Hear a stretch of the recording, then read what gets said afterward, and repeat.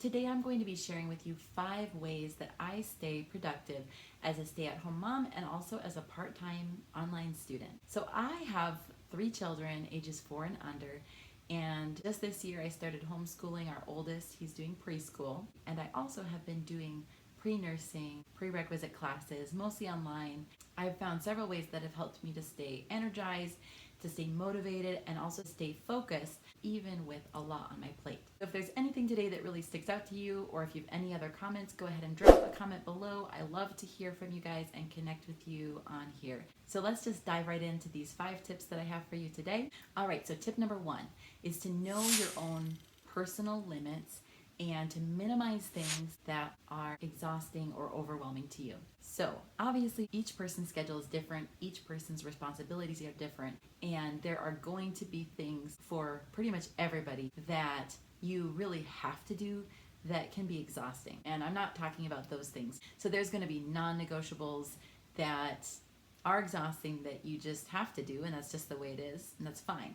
But there are other things that are exhausting or overwhelming that you can cut out of your day. And so I have learned that it's very helpful to cut those things out as much as possible. So say no to things that you really don't have to do. That's always a good idea. Something for me that has really helped is to just declutter my life. If there's a lot of clutter sitting around on our table or on our counters, or if I have a messy kitchen, that all really distracts me and kind of exhausts me and makes me not really able to focus and do what I need to do. So I try to keep things neat and clean. Obviously it's not perfect by any means because we have 3 young kids, but I do try to keep things somewhat straightened up, and I also try to get rid of things that I don't use very frequently, because honestly if I don't use it, I probably won't be using it anytime soon. So I've really tried to have that mindset of simplifying as much as possible and decluttering things to keep things simplified in my life. Another thing that I have tried to do is to remember to do at least one thing every day that brings me energy or brings me joy. So even if it's a super busy day and I don't have a lot of time, it can be something very simple, even just like sitting down and having a cup of coffee or going for a quick walk. So I try to do one thing every day that just refreshes me and brings me some energy, and that always helps me to stay focused better and keeps me happy, which, let's be honest, that's a very important element to being a mom and staying motivated with your studies as well. What I've learned throughout this year and through the past couple years too is that there are going to be seasons of your life that are just plain hard, and sometimes all you can do is just put all the productivity and to-do lists to the side and don't even worry about that. That's not the most important thing. Focus on the people who are in front of you and focus on just making it through every day, one day at a time.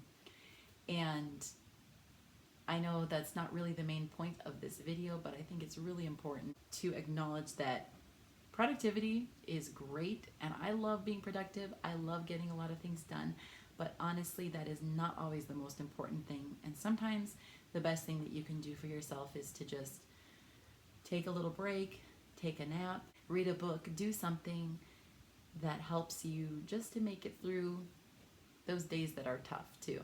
I guess that's kind of like a 2020 side note. I just want to make sure that I say that because I think it's important to acknowledge as well.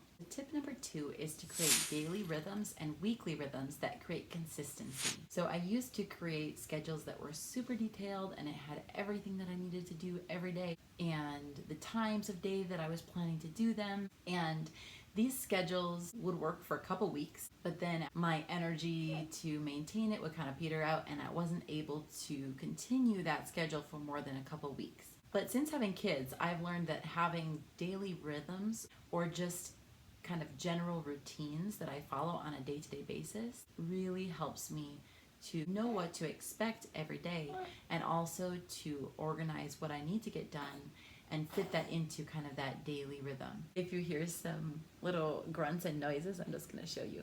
We've got our little 3-month-old here hanging out with me. So you might hear a little bit of noise, but we've got this little cutie looking on.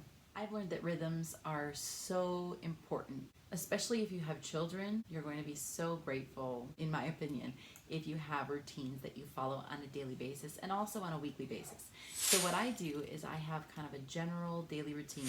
So I kind of have my morning routine, breakfast, school with our oldest, Noah, and then we do lunch, we have nap time for the kids, I get some work done, and then I have my general afternoon routine and evening routine, bedtime for the kids, and then I have some time for myself after that usually. But that is the general flow that I try to follow on a daily basis. And then every week, I also kind of have weekly things that I try to do on certain days of the week. So for example, Saturday is my big cleaning day, and so I kind of do the deep cleaning of like kitchen, bathrooms, vacuuming the house, making sure that everything is kind of set to go for the next week. So I have these daily and then weekly routines that help me to know what to expect, and it really helps me to stay focused and to stay organized. These daily rhythms also help a lot with the kids because they know what to expect too. They know what happens when they wake up in the morning. They know what happens at nap time, and they know what happens at bedtime. And I think it's really helped the kids to be happier, to be more obedient, and to just have better attitudes throughout the day when they know what to expect too. Tip number 3 is to break big goals into smaller, more manageable chunks. Now, as an example of this, there's a couple big long-term goals that I have currently. So one of them is to teach our oldest, Noah, how to read. That obviously is a big long-term goal. It doesn't just take 1 or 2 days to teach a child how to read. It doesn't just take a couple weeks. It takes months to teach a child how to read. If I break that huge goal down into more smaller and manageable chunks, I don't feel as overwhelmed by it, and I know what steps to take and how I can start moving towards that bigger goal. So for example, I bought a curriculum that really helps break down on a daily basis what I need to do, and it helps me to stay motivated, it helps me to stay energized, and it helps him too to feel energized and motivated as we're working towards that goal. Another example of a goal that I have been working on recently is to create a really great morning routine that helps set up my day for success. I'm not gonna lie to you, I am not a naturally early riser, and I'm definitely more of a night owl. I always have been that way, but recently I've realized that in order to have energy for my kids when they wake up, and in order to really be productive in my day, I need to start waking up a little bit earlier than I have been to read, to work out a little bit, and to get organized for the day so that I set myself up for success. So this is, to me, a really big goal and not an easy thing to do. I'll probably do a future video just updating you guys on how it's going and what I've kind of learned through the process. But this is, for me, a really big long-term goal. And so I have had to kind of break it down into small steps and start doing small changes on a daily basis to help set myself up for success. Something that has helped me to really organize my day is to sit down in the morning and just really quickly, in just a few minutes, write down 3 to 5 things that I would like to get done during the day. And that helps me to kind of organize my brain, everything that's floating around that I need to get done or want to do, and helps me to prioritize what's really most important for that day. Now, as a mom to 3 kids, I've also learned that I cannot do as much as I maybe used to be able to do, and that is okay. It's a big job to be a mom. There's a lot to do. There's a lot to keep track of, and it's an extremely important job. And so I have learned that I need to not be hard on myself if I can't get everything else done that I want to get done, and remember that what I'm doing as a mom is extremely important work, and it really is an investment for the future as well. Slow and steady wins the race. You don't need to get everything done all at once. Maybe you can only do one thing every day. Maybe you can't even get anything extra done in a day than just kind of your regular routine, but that's okay. All right, tip number 4 is to use small chunks of time productively. Again, as a mom to 3 young kids, I don't often have large chunks of time to get work done. But I've learned that you can really get a lot done even in short chunks of time. So even if you just have a small chunk of time, like between 5 to 15 minutes, those small bits of time throughout the day really add up. At least for me, it's really easy to just waste those few minutes away and not actually use it productively. So something that I have started to do is to limit the amount of time that I spend on my phone throughout the day, and especially on social media. So I've actually set my social media apps on a timer where I have a set amount of time that I allow myself to spend on, for example, Instagram or YouTube every day. And then after that time limit is up, it stops it and tells me, hey, you've spent this amount of time on this app. And so that's always a good reminder for me that, okay, I have spent enough time on this app for the day, and it's time for you to not go onto social media anymore. So that has really helped me. I also have tried to leave my phone instead of carrying it around in my pocket where I can access it extremely easily. I try to set it on a counter or on the table, somewhere where I can get it if I need to, but where I'm not constantly distracted by it. I've also turned off my notifications for social media so that I don't get those notifications on my phone throughout the day, because I've also realized that is a big distraction for me. As much as I can, I have been trying to minimize those distractions to really focus and use that time productively and get things done. Now, like I mentioned at the beginning of the day, I usually write out 3 to 5 things that I'd like to get done throughout the day. So when I do have a small chunk of time, I just go and look at my list and use those few minutes to work on one of those things.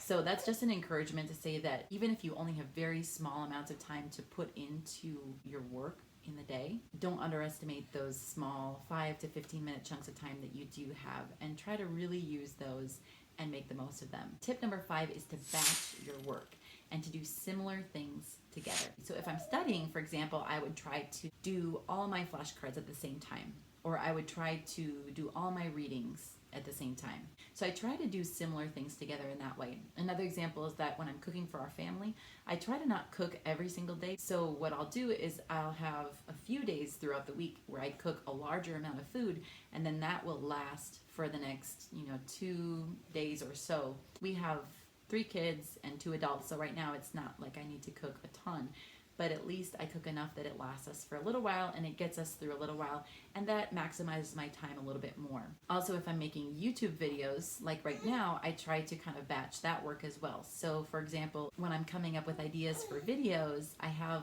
a master list that I have going of ideas, and I'll try to just crank out 10 or 15 ideas at the same time and put it on my list. That really helps me to, again, maximize my time, get more done in shorter amounts of time. All right, so those are my 5 tips. I hope that they were helpful to you. If you would like to see more content on motivation, study tips, and lifestyle content as a mom to 3 and as a pre-nursing student, you can go ahead and subscribe to this channel, and I will see you in the next video.